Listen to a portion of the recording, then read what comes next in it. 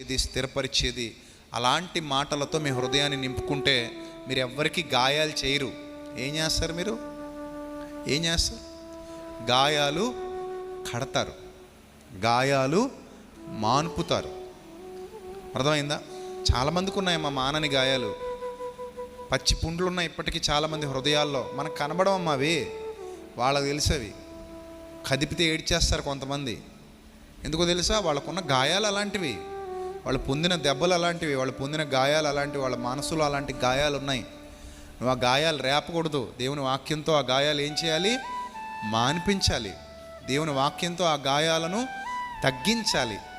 వారు దేవుని వాక్యం విన్నప్పుడు ఇంకా శాంతిని పొందాలి, నెమ్మదిని పొందాలి.